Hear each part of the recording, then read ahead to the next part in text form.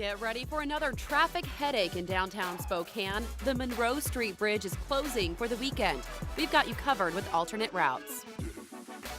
Temperatures this weekend are feeling more like November, and there is that possibility of snow. I'm tracking the early winter weather ahead of your weekend. There is a lot of controversy surrounding the new Joker movie. This morning, we want you to weigh in. Do you think violent movies and video games lead to violence in society? Vote now on the KREM 2 app. The whistleblower is making headlines across the country. Our Verify team is breaking down why this most recent complaint is so different.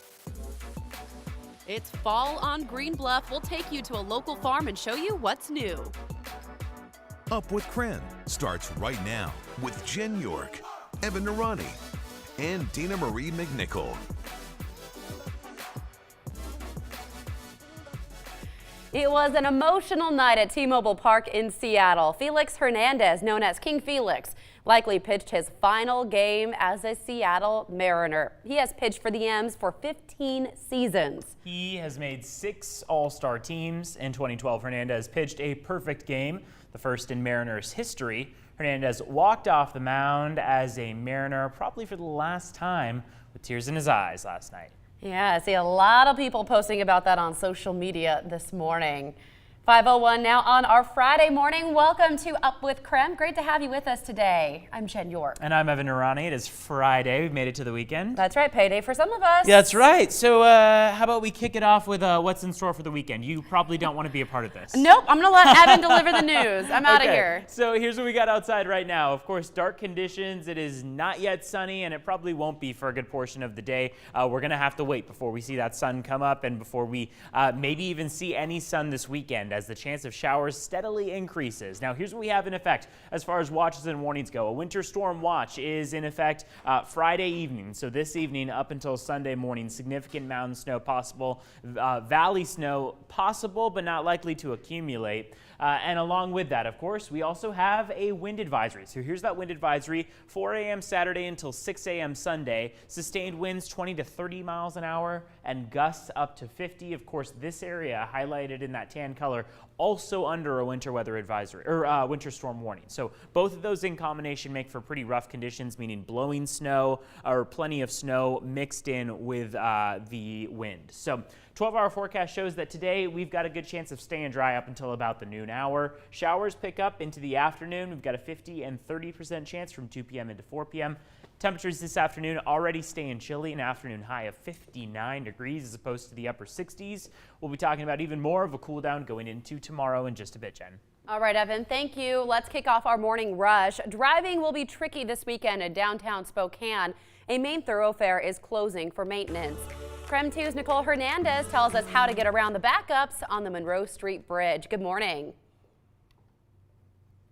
Morning, Jen. The Monroe Street Bridge has been down to 1 lane all week, and it's already causing backup here. We're driving right now. You can see some of this construction happening right here on Spokane Boulevard right now. And well, the bridge is completely closing this weekend, so drivers should prepare for traffic.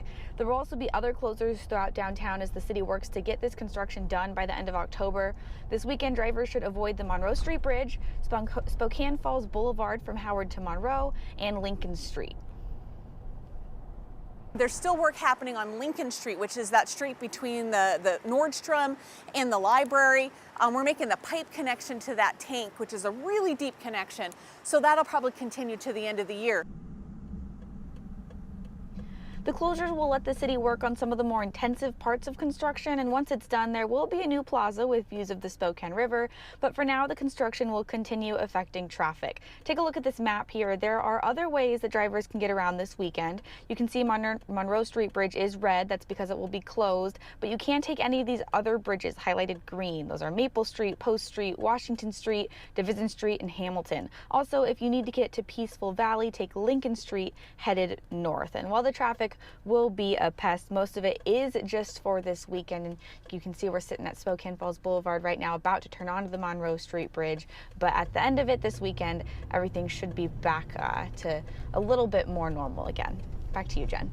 All right, Nicole, thank you so much. Maybe just a good idea to avoid that area altogether. 5:04 now. Well, authorities say a second person died in Oregon from a vaping-related illness. The death toll nationwide now stands at 13. Experts with the Centers for Disease Control and Prevention say vaping caused more than 800 other illnesses. The CDC has not pinpointed the cause. The agency recommends people stop using e-cigarettes immediately. Meanwhile, today, Washington Governor Jay Inslee is expected to announce an executive order on vaping. He is scheduled to make that announcement at 11 a.m. State lawmakers have pushed for a ban on flavored vaping products. Spokane County Sheriff Ozzie Knezevich is talking about his future plans. He will not seek re-election. He says he wants to spend more time on personal matters. Sheriff Knezevich plans on spending time with his family, teaching at college, and getting his master's degree. He says he does not plan to go into politics. A fishing incentive program is seeing success in Idaho. Leaders are encouraging anglers to catch non-native fish. They actually tagged 50 walleye. Under the program, the tagged fish are encouraged to be caught and put in freezer locations in Kootenai and Bonner counties. Lucky anglers who snag one of the tagged fish receive $1,000. So far, though, experts say anglers turned in 750 fish. Leaders say there is still $50,000 worth of walleye swimming in Lake Ponderay. Well, remember the movie Napoleon Dynamite? The actor who played Uncle Rico made a trip to Florida. He met former Washington State University quarterback Gardner Minshew. The rookie NFL quarterback is often compared to Uncle Rico. ESPN will air the meeting on Sunday NFL Countdown. That show airs from 7 a.m. to 10 a.m. here on the West Coast. Their resemblance, by the way, has even sparked a t-shirt as well as countless memes on social media. Should be pretty funny. Well, that is your morning rush. Stories making headlines in the inland Northwest and around the nation. Let us know what's happening in your neighborhood by using the hashtag #UpWithKREM. 5:06 now. With winter fast approaching, Spokane is about to become more reliant on nonprofits to shelter the homeless. And paying to keep the doors open is not cheap. KREM 2's Casey Decker explains how the City Council is exploring a new way to lighten the load. Council members have been looking for ways to help nonprofits do the most good, and they realized the same nonprofits getting money from the city were often having to pay it right back in the form of utility bills. So now council is looking at possibly, in effect, eliminating those bills. Here's how it would work. Homeless shelters would get full credits for city garbage and sewer services, meaning effectively those services would be free. They'd get water at the lowest possible rate, just the cost of the city to provide the water. That can't be totally free because of a state law. Catholic Charities estimates the ordinance would have saved them nearly $70,000 last year.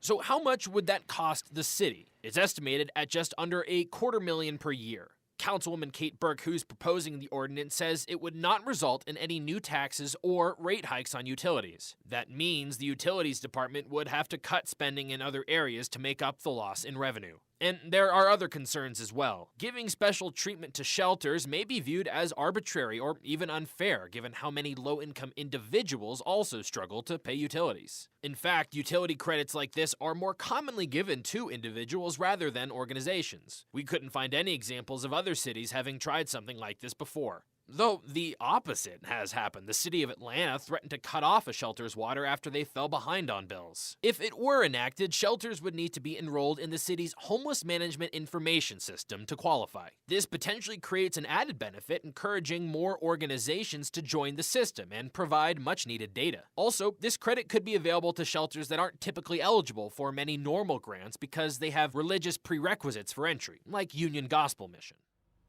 The proposal is still in the early stages. Right now, the ordinance is just a rough draft, but Burke hopes it'll be included in this year's budget talks and hopefully take effect early next year. It would also effectively be a pilot program expiring at the end of 2022. In the studio, Casey Decker, KREM 2 News. 5:09 now, Casey, thank you. Well, there has been a lot of back and forth this week on Capitol Hill. Our Verified team is taking a closer look at the law, explaining how whistleblower complaints work. Here's Jason Puckett. The Intelligence Community Whistleblower Protection Act, or ICWPA, is a 1998 law. It's meant to give whistleblowers a protected and legitimate way to file concerns. A congressional research report lists concerns like abuse of authority, waste of resources, and more. And there are specific rules for how the process should work. 1. A whistleblower files a complaint following procedures laid out in the law. Then that complaint goes to the Inspector General of the intelligence community.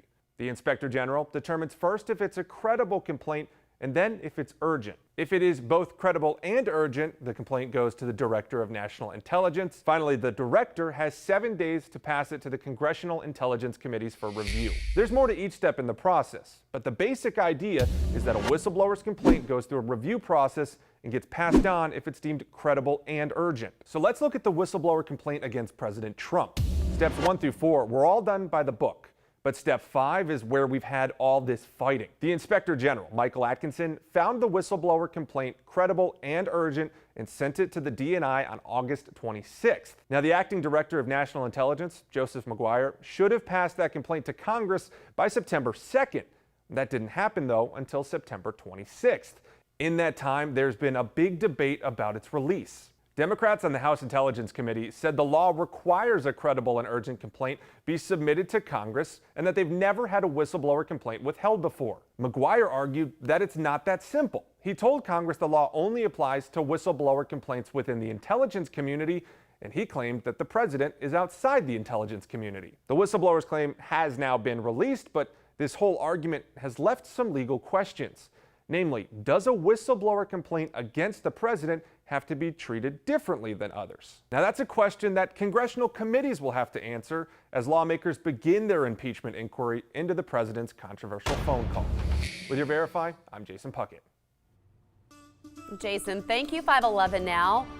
The new Joker movie is causing some concern. The film is expected to be huge at the box office. It comes out next Friday, but there is some growing concern about violence in the movie. Warner Brothers says the movie does not endorse violence. And this morning we're asking you, do you think violent movies and violent video games lead to violence in society? You can weigh in all morning long on the KREM 2 mobile app. Authorities are concerned the movie will inspire a mass shooting. Police in Aurora, Colorado, by the way, say Joker will not be shown at a theater where 12 people died in a 2012 mass shooting. Joaquin Phoenix stars as the Joker. He believes it's not the responsibility of the filmmaker to teach the audience morality. If you have somebody that has that level of emotional disturbance, I think that they can find fuel anywhere. Leaders say neither the fictional character Joker nor the film is an endorsement of real-world violence of any kind. Of course, you can weigh in this morning. We're asking you, do you think violent movies and video games lead to violence in society? You can vote in our live poll on krem.com/vote, as well as, again, the KREM 2 mobile app. So far, 83% of you say no. Well, so they say no good deed goes unpunished. A new study says nearly half of Americans who help loved ones financially end up regretting it. This is according to Bankrate. It found whether they expected to be paid back or co-signed a loan, the outcome was mostly negative. Experts say a good rule of thumb is do not lend money you are not okay parting with for good. A new study shows it's not what you say, it's how you say it. This is from Cardiff University. It suggests teens are more likely to cooperate with their parents' request when they are said in a supportive or encouraging tone. Researchers say controlling tones can negatively impact teenagers' emotional and behavioral responses. Were you a testy little one? No, I think I got along pretty well with my parents. Yeah, I sometimes had a bad tone. Yeah? Oh, you had the bad tone. Yeah, I had the bad Right. tone as opposed to my parents. Well, I mean, my parents always had, whenever they're disciplining me, had the bad tone. But then I would respond with the bad tone, and then I would get targeted. Somehow parents always come out on the winning end of those. Yeah, right? Weird. 5:13 now, still to come. Apple's releasing a Netflix-like subscription for iPhone games. After the break, how the company is adding more services to your phone. And coming up in the next half hour, the athletic leadership program in the Inland Northwest is one of the most diverse in the nation. At 6, we'll introduce you to the woman making history at WSU and University of Idaho.